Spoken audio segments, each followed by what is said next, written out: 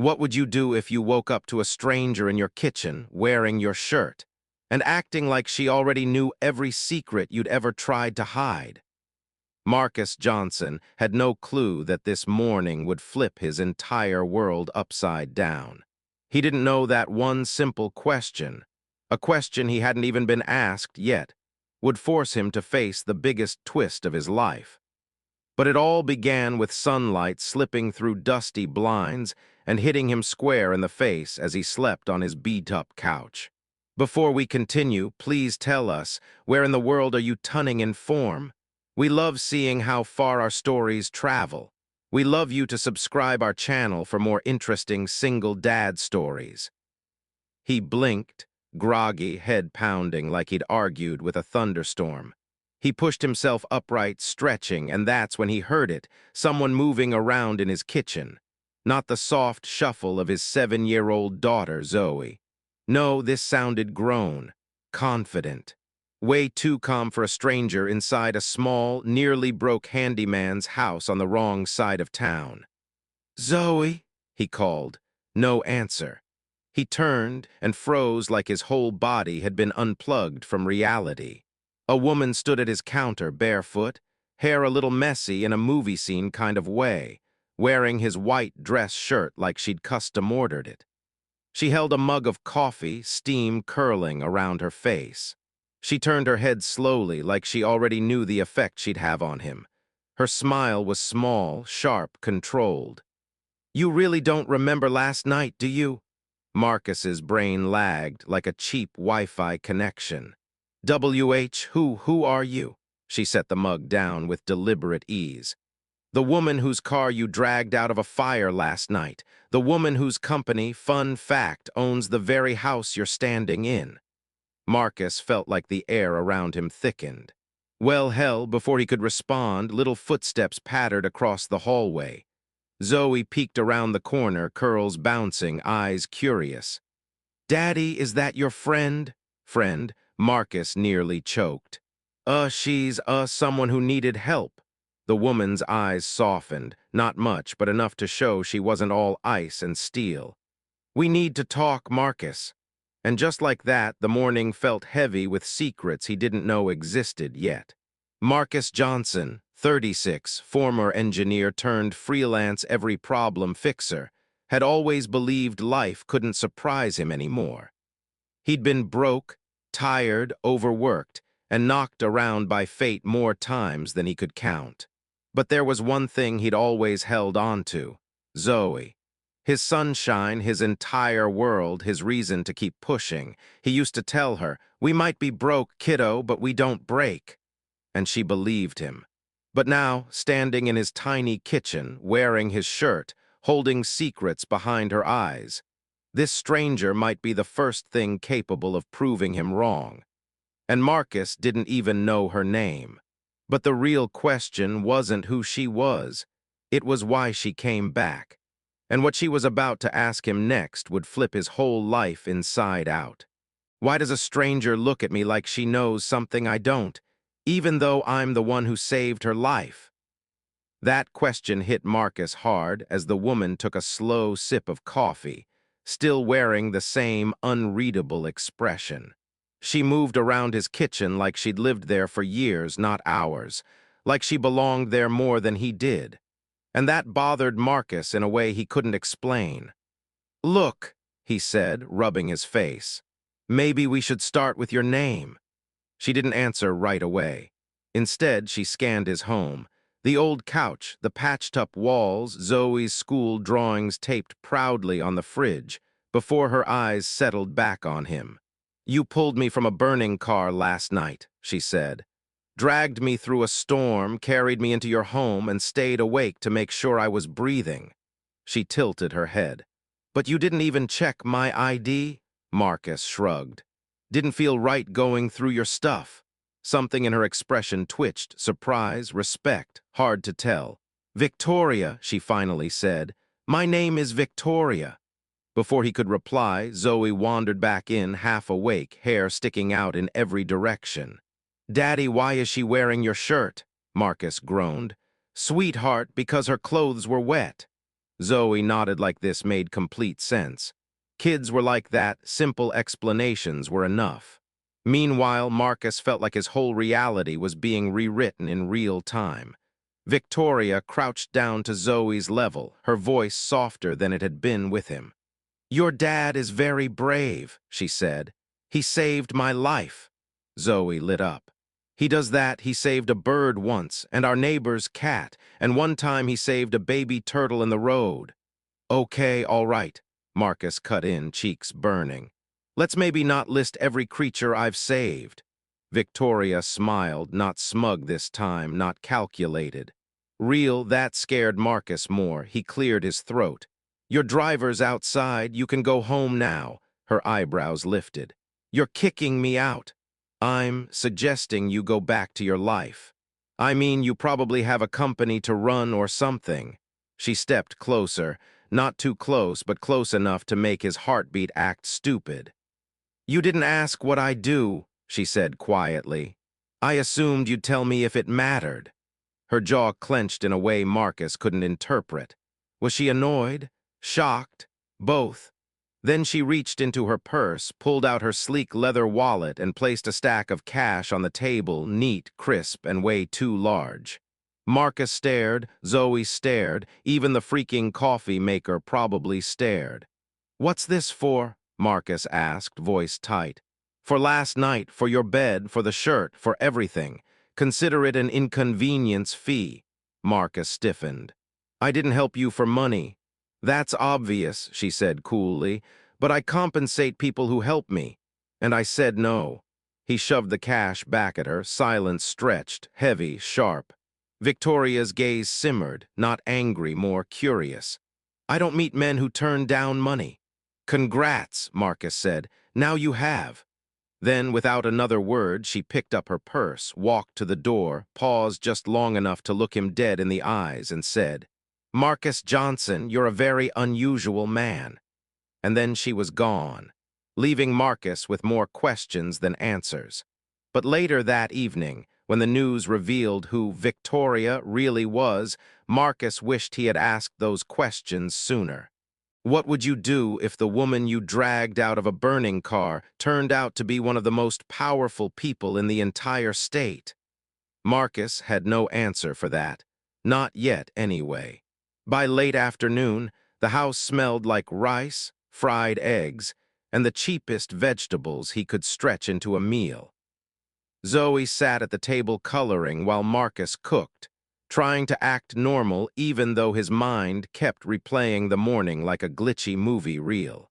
Victoria, short hair slightly messy, his shirt, barefoot in his kitchen. He shook his head. Nope.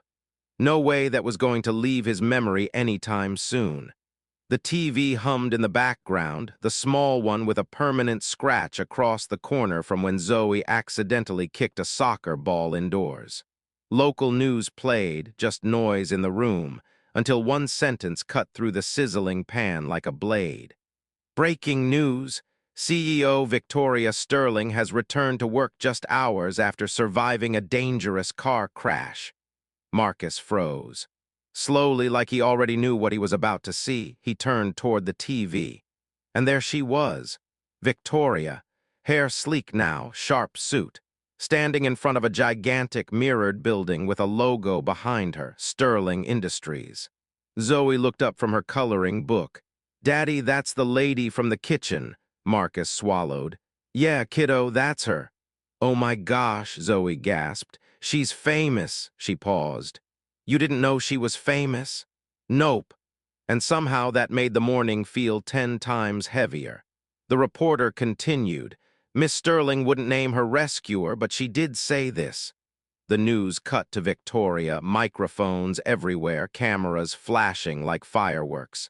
Her voice was calm, polished, corporate. "Someone saved my life last night. He was humble. He refused payment. That kind of integrity, you can't buy it." Marcus stood there with his wooden spoon in hand like an idiot who forgot how to function. Zoe tugged at him again. "Daddy, why didn't you tell me she was rich?" "Because," Marcus said, stirring the pot like his soul depended on it, "I didn't know she owned half the city." Zoe's eyes widened. Do you think she'll come back? Marcus laughed under his breath. Honey, she's a billionaire. People like that don't swing by for neighborhood visits. But even as he said the words, something inside him tightened. A weird feeling, a hunch. Like maybe, just maybe, he hadn't seen the last of her. He ignored it, turning off the stove and serving dinner. Life went on. Bills had to be paid. Pipes still needed fixing. Zoe needed help with her spelling words. He pushed the morning aside, tried to forget the shirt, the stare, the weird tension. But that night, lying on his couch with one arm over his eyes, Marcus couldn't stop wondering, why hadn't she told him who she was? Why hide something so big? And more importantly, why had she stayed? Marcus thought that chapter was over. But 3 days later, a black luxury car pulled up at Zoe's school, and Victoria Sterling stepped out looking straight at him. And this time, she wasn't smiling. What do you do when the last person you expect suddenly shows up in the one place you never thought they'd go looking for you? Marcus didn't have an answer, because he never expected a billionaire CEO to track him down at his daughter's public school. 3 days had passed. 3 normal, painfully ordinary days. Marcus fixed pipes, rewired old outlets, changed busted locks. Just regular handyman grind. He kept his head down and tried not to think about Victoria or her shirt or the way she'd stared at him like he was some sort of puzzle she desperately wanted to solve. By noon, Marcus was crouched in the teacher's lounge, elbow-deep in a burst pipe. Water sprayed everywhere. His shirt was soaked. His jeans were muddy. It was a whole vibe, just not a good one. "Mr. Johnson," a teacher said nervously, "someone's here for you." "If it's the principal," Marcus muttered, "tell her I didn't break the lounge again. This pipe was all ready." "It's not the principal." Her tone made him straighten. A moment later, the sound hit him, a car engine so smooth it didn't growl, it purred. Marcus stepped outside into the school parking lot, squinting through the sun. And that's when he saw it. A sleek black luxury sedan, tinted windows. Chrome gleaming like it belonged in a music video, not a middle school parking lot. The back door opened, and out stepped Victoria Sterling. White suit, sunglasses, hair perfect. Heels tapping against pavement like she owned the entire block. Every parent, teacher, and random kid in the vicinity stopped mid-sentence. Phones came out. Whispers spread. Marcus just stared. "You have got to be kidding me."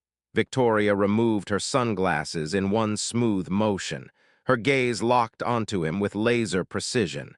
"Mr. Johnson," she said, "we need to talk." "Well, he gestured to the wrench in his hand and his shirt, which looked like it had survived a hurricane. "Kinda working here." She didn't blink. "This won't take long." Of course it wouldn't. Billionaires didn't ask for time, they took it.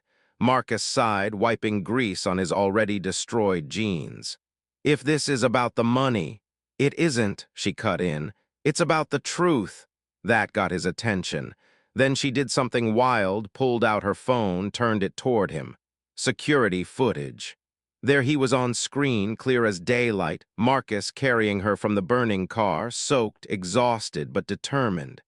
A hero, not that he'd ever call himself one. "You saved my life," she said quietly. "And I didn't even thank you properly." He shrugged. "You already thanked me, you walked away." That hit her hard. A tiny crack appeared in her polished armor. "That was cold," she admitted. "So was trying to pay me off." Marcus shot back. She sighed, not annoyed, hurt. This woman wasn't used to being wrong, and definitely not used to someone telling her so to her face. Her gaze drifted past him, straight to the playground where Zoe laughed with her friends, sun catching her curls like a halo. "She's your daughter?" Victoria asked softly. "My whole world." Something shifted in Victoria's expression, something human, something unguarded. "She's lucky," she whispered. "I'm the lucky one," Marcus said. Victoria stepped closer, lowering her voice. "Marcus, I didn't come here for money talk. I came here to make something right, and to tell you something important." Marcus frowned. Tell me what? Victoria took a breath. Yesterday I bought the building you rent from. Marcus's stomach dropped. You what? And as of this morning, the house is yours, completely paid off. He felt the schoolyard tilt beneath him. This woman was chaos wrapped in elegance. But what she told him next would crack her polished billionaire facade and reveal a secret she'd never told anyone before. What happens when the person you thought had everything admits they're more broken than you ever imagined? Marcus wasn't prepared for that answer, not even close. He stood there in the schoolyard, grease on his hands, shirt soaked from the pipe he'd been fixing, staring at a billionaire who just casually told him she bought his building. The house is yours, Victoria repeated, paid in full. Marcus blinked, jaw tight. You think kindness owes you something? I don't want your money or your charity. This isn't charity, she insisted. Then what is it? He snapped. Your guilty conscience? A PR stunt? Something to make you feel better about life? Every parent in a 20-foot radius fell silent. Even the wind seemed to pause. Victoria's polished mask cracked. Not much, just enough to reveal something raw underneath. It's not about guilt, she whispered. It's about doing something right, finally. Marcus shook his head. You don't even know me. She stepped closer, voice breaking just slightly. Maybe not, but I know what it feels like to have nothing. That shut Marcus up. Victoria looked down at her hands, then back at him.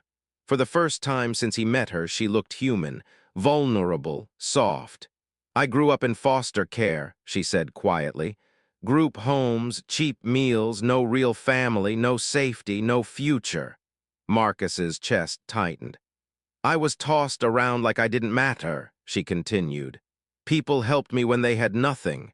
They saved me, and I swore that one day I'd return that kindness. Marcus didn't expect that, not from the woman who walked like she owned the planet. But somewhere along the way, she said, voice low, I forgot what real kindness looked like. Everything became business, deals, power, control. She exhaled shakily. Until the crash, until you, Marcus swallowed hard. Victoria, you reminded me, she said softly, that money doesn't buy character or courage or the kind of heart that jumps into a burning car for a stranger. Marcus rubbed his face. I didn't save you for all this. I know, she whispered. That's why it matters. She reached into her bag and pulled out a folder, crisp and official. This isn't a handout, it's a partnership. Partnership? He echoed. I'm launching a fund, she said, for single parents, especially single dads, financial support, job training, childcare assistance. Marcus flipped through the papers, his eyes widened. The title on the letterhead made his stomach flip. The Johnson Fund. You used my name? He asked, stunned. It represents the kind of strength I respect, she said. Quiet, honest, real. Marcus looked up at her, speechless. I want you to be part of it, Victoria said. Guide me. Tell me who needs help. Make sure this actually changes lives, not just headlines. Marcus stared out at the playground where Zoe was laughing carefree. Could he really say no? If I say yes, Marcus said slowly, we do this my way. No press games, no PR tricks, real people, real help. Victoria smiled, soft, genuine, almost relieved. Deal, then she added with the tiniest smirk. Oh, and I still have your shirt. Marcus actually laughed. Keep it. Looks better on you anyway. But when a reporter suddenly appeared with a camera and Victoria gave an unexpected answer to a very public question, everything between them changed. What do you say when the whole world suddenly wants to know if you're in love with someone you barely understand? Marcus didn't get the chance to figure out that answer, because the universe didn't give him time. Right after he and Victoria shook hands, right after she promised to build the Johnson Fund with him, right after Marcus started to believe she might actually be sincere, a voice cut through the schoolyard. Miss Sterling, Miss Sterling, one question, please. A reporter, not paparazzi, not a blogger. An actual local news reporter sprinted toward them, camera guy right behind her. Parents gasped, kids pointed, teachers panicked. Marcus muttered, "Aw, hell, here we go." Victoria didn't flinch. She turned her CEO switch on, chin high, shoulders squared, eyes sharp. The woman transformed right in front of him. "Miss Sterling," the reporter said breathlessly, "you've been spotted here twice in 3 days. People are wondering what's your relationship to this man." She pointed the microphone straight at Marcus. Marcus wanted to melt into the parking lot asphalt. "Relationship?" he sputtered. "No, no, there's no," but Victoria spoke first, and what she said nearly knocked him off his feet. "Not yet," she answered with a small smile, "but he did lend me his favorite shirt." The entire schoolyard exploded. Parents whispered. Kids giggled. Teachers stared like they were watching a telenovela in real time. Marcus's brain glitched. "Not yet," he hissed under his breath. "Why would you say that?" Victoria leaned close, voice low enough only he could hear. "Relax, it kept the reporter from diving into your personal life." "That didn't help," Marcus whisper yelled. "You just told the whole town we're a possibility," she finished calmly, "not a fact." Marcus ran a hand over his face. "Lady, you're gonna give me a heart attack." Victoria smiled, amused. "You'll survive." Zoe came running across the playground, tiny backpack bouncing behind her. "Daddy, Daddy, is that the TV lady again?" Marcus exhaled.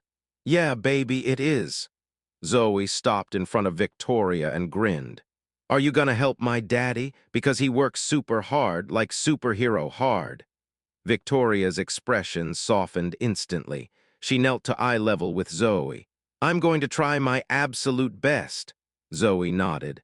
"Okay, but only if you're nice to him. He's the best daddy in the universe." Victoria actually looked emotional, eyes shimmering, voice gentle. "I can see that." Zoe hugged her, full speed, arms tight around the neck hug. Victoria froze, then slowly hugged her back. Marcus had to look away before he got emotional in front of an entire school. When Zoe ran off again, Victoria stood, touched by something she clearly didn't expect. "She's incredible," she whispered. "She's my reason for everything," Marcus said. Victoria nodded. "Then let's make sure you never have to struggle like this again." She turned toward her car, her heels clicking across the pavement. Halfway there, she looked back over her shoulder. "I'll send the official paperwork this week. Marcus," her voice softened, "thank you for reminding me why I built my company in the first place."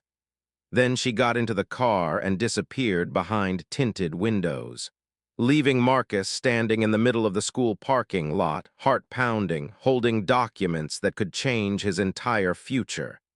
Zoe tugged his sleeve again. "Daddy, why was she smiling at you like that?" Marcus sighed. "I have no idea, baby." But deep down, he wondered. Because later that night, when Victoria invited him to the biggest event of her career, she didn't just want him to attend. She wanted him on stage, beside her, in front of the whole world. What would you do if a billionaire invited you on stage in front of hundreds of cameras, knowing you didn't even own a proper suit? Yeah, Marcus wasn't built for that kind of spotlight. But life didn't care. A week later, he and Zoe stood backstage at the downtown convention center, an enormous glass building with lights bright enough to fry a man's nerves from the outside. Reporters swarmed the lobby like bees on spilled soda. And Marcus, he was sweating through a borrowed suit like it had personally offended him. "Daddy," Zoe whispered, swinging her legs from the chair beside him. "Why do you look like you wanna throw up?" "Because," Marcus muttered, tugging at his too-tight tie, "I might." Zoe giggled. "You look handsome, though." "Thanks," he said. "That makes one of us who believes that." He checked the program again, hoping, praying his name wasn't listed anywhere. It was, in bold. "Marcus Johnson, special guest speaker," he groaned. "I am going to haunt that woman's dreams for not warning me." Just then, a production assistant rushed over. Mr. Johnson, you're on in 5. Marcus froze. On? Oh, no, no, I'm just attending, watching. Being invisible, that was the plan. The assistant blinked. Miss Sterling specifically requested you join her on stage. She said, and I quote, "He'll thank me later." Marcus pinched the bridge of his nose. I swear she enjoys stressing me out. The stage lights dimmed, music played, the room went quiet, then Victoria walked onto the stage, elegant, commanding, wearing a midnight blue suit that made the crowd instantly stop whispering. She held the microphone like she'd been born with it. "Good evening," she said, voice smooth and confident. "Tonight we launch something deeply personal, the Johnson Fund." Applause thundered. Marcus stood backstage, heart pounding like he'd swallowed a drum. "This fund exists because of one man," Victoria continued. "A man who saved my life and asked for nothing." Marcus felt Zoe nudge him. "She's talking about you. Daddy, that's you." "Yeah," he croaked, "I'm aware." Victoria turned toward the wings. "Marcus Johnson, please join me." The crowd erupted again. "Oh no," Marcus whispered. "Zoe, pray for me." "I already did," she said sweetly. He stepped onto the stage. The lights nearly blinded him. Camera flashes popped like fireworks on the 4th of July. Victoria handed him a mic. "Say something," she whispered. "You didn't warn me," he hissed. "I wanted it to be real," she whispered back, smiling like this was all perfectly normal. "Speak from the heart." Marcus took a shaky breath. Hundreds of eyes locked onto him. "I fix pipes for a living," he began. "I'm not used to crowds or microphones or this many people breathing the same air as me." A few people laughed. "But being a single dad taught me something," he continued, finding his rhythm. "You don't need money to be rich. You need people who believe in you, people who don't give up, moments that remind you why you keep pushing." He glanced at Zoe in the front row. She smiled, proud as a sunrise. "That night in the storm," he said, "I didn't save Victoria because she was important. I didn't know who she was. I just saw someone who needed help, that's all." The audience went silent. "This fund isn't about me. It's about parents out there who feel invisible. People who work hard and still struggle. You matter, and now you have support, real support." The crowd rose to their feet, a standing ovation. Marcus stepped back, overwhelmed. Victoria gently squeezed his hand. "You were perfect," she whispered. After the event, when the lights finally faded and staff began packing up, Victoria approached him with a small velvet box. "I got you something," she said. "You've already done enough," Marcus replied. "Open it anyway." Inside was a pen engraved, "For the man who didn't sell his kindness." His throat tightened. "You didn't have to do this," he said. "I know," she whispered. "But I wanted to." For a heartbeat, they stood close, closer than they ever had, breath mingling, energy humming between them. "I still have your shirt," she murmured. "I know," he said softly. "I saw the article." She smiled, nervous for the first time ever. But the next day, when she handed him a sealed envelope and said, "Open this tomorrow," Marcus had no idea the question inside would change everything he thought he knew about love. What if the one question you're too scared to ask is the one question someone's been dying to ask you? Marcus didn't know it yet, but that question was about to flip his world inside out. After the event, Victoria had handed him a cream-colored envelope, thick, elegant, sealed like it held something ancient and sacred. "Open it tomorrow," she'd whispered. "Why tomorrow? Because I need you to think about the answer." Then she left, heels echoing, confidence glowing, yet strangely nervous, too. Marcus didn't sleep that night, not even for a minute. He lay on the couch staring at the envelope on the table, its presence practically buzzing. Zoe drooled on his shoulder as she slept, but even that comfort couldn't calm his racing thoughts. By sunrise, Marcus finally gave in. He picked up the envelope with shaking hands and slowly opened it. Inside was a handwritten letter. Marcus, you saved my life in a storm, but you also saved me from becoming a person I no longer recognized. Money hardened me. Power isolated me. Success blinded me. You reminded me of who I used to be, who I want to be, someone kind, someone brave, someone human. I don't want a life built on transactions. I want a life built on respect, on honesty, on love. Not because I owe you anything, but because I can't imagine a future without you in it. Without Zoe. Without the man who threw my money back and taught me what integrity looks like. So here's my question, the one that scares me more than anything in the world. Will you marry me? V. Marcus froze. The world didn't just stop, it disappeared. He reread the words a dozen times, each one hitting harder than the last. Marriage, the most powerful woman he'd ever met, asking him. Zoe stumbled into the room, rubbing her eyes. "Daddy, why are you crying?" He laughed through tears.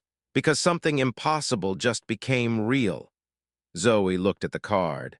"Is Victoria gonna be my mom?" He lifted her, spinning her around. "Only if you want her to be," Zoe gasped. "More than anything," Marcus hugged her tight. "Then yes, baby. She will be." They danced in the kitchen, burnt toast popping from the toaster, sunlight glowing through the window, joy filling every corner of their small home. Life felt bigger now, warmer. Right.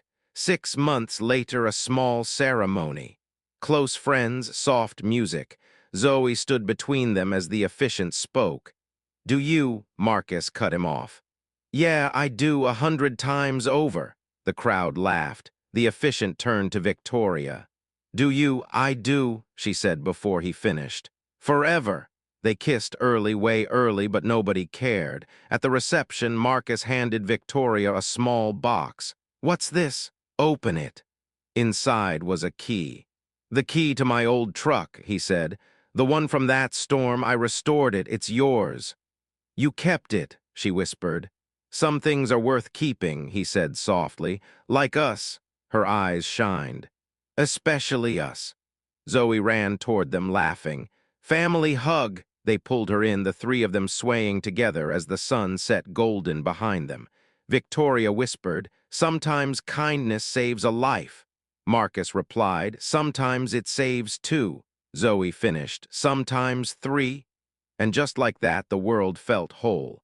A family built from a storm, forged by courage, held together by love.